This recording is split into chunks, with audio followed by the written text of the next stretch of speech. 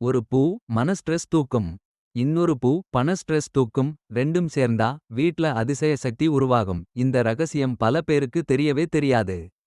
ஒரு சக்தியோடு இன்னொரு சக்தி சேரும்போது அது ரொம்ப அபூர்வமான ஒரு நிகழ்வாக மாறும். வாஸ்து சஞ்சாரத்தில் வாடை வாஸ்து வசியம் என்பது மிகவும் சக்தி வாய்ந்த ஒரு வழிமுறை.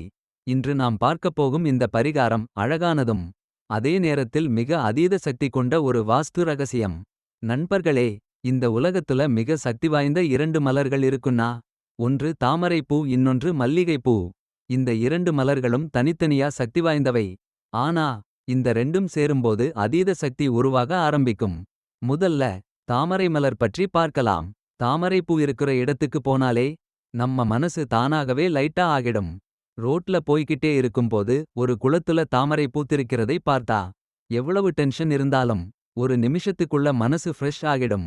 அதுக்கு காரணம் தாமரை மலருக்கு மன அழுத்தத்தை குறைக்கும் சக்தி இருக்கு. அடுத்தது மல்லிகை பூ. இந்த மல்லிகை பூ மன அழுத்தத்தை மட்டுமல்ல, பண கவலை, கடன் பிரச்சனை, மனசுல இருக்கும் பாரம் இதெல்லாம் மெதுவாக குறைய உதவி செய்யும் சக்தி இதுக்கு இருக்கு.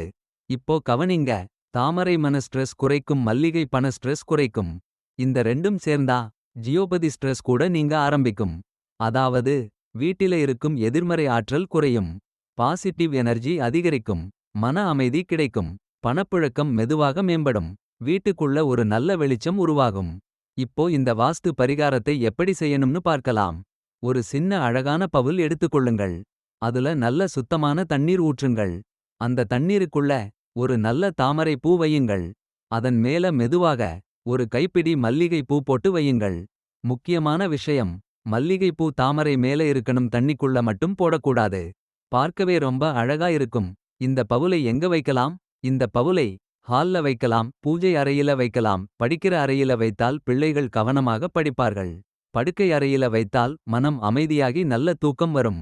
இந்த பூ இருக்கிற இடத்துல மன அமைதி அதிகரிக்கும், வீடு பரிசுத்தமாகும், நல்ல சக்தி நிரம்பும், தடைகள் மெதுவாக அகலும். நண்பர்களே, சில வீட்ல நாம போனா ஒரு நிமிஷம் கூட இருக்க முடியாத மாதிரி இருக்கும். சில வீட்ல போனா இங்கேயே கொஞ்ச நேரம் இருக்கலாமேன்னு தோணும். அதுதான் அந்த பாசிட்டிவ் எனர்ஜி. அந்த சக்தி இந்த தாமரை மலருக்கு அதிகமா உண்டு. அதனால தான் பூஜைக்கும் தாமரை மலரை பயன்படுத்துறோம். அதே மாதிரி வீட்டில வைத்தாலும் இது ரொம்ப நல்ல பலன் தரும். முக்கியமான குறிப்பு, இந்த பவுல்ல வேற பூக்கள் சேர்க்க வேண்டாம், தாமரை மல்லிகை மட்டும் போதும். வேற பூ வைக்கணும்னா அதுக்காக வேற ஒரு பவுல் வச்சுக்கலாம். இந்த பரிகாரத்தை தொடர்ந்து செய்தால் மன அமைதி கிடைக்கும், வாஸ்து தோஷம் குறையும், எதிர்மறை ஆற்றல் நீங்கும், நல்ல சக்தி அதிகரிக்கும்.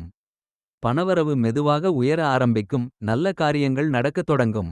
இந்த இரண்டு மலர்களையும் சேர்த்து வைத்தால் வீடு அழகாகவும் அதே நேரத்தில் மிக சக்தி வாய்ந்த வாஸ்து சக்தியோடும் மாறும்.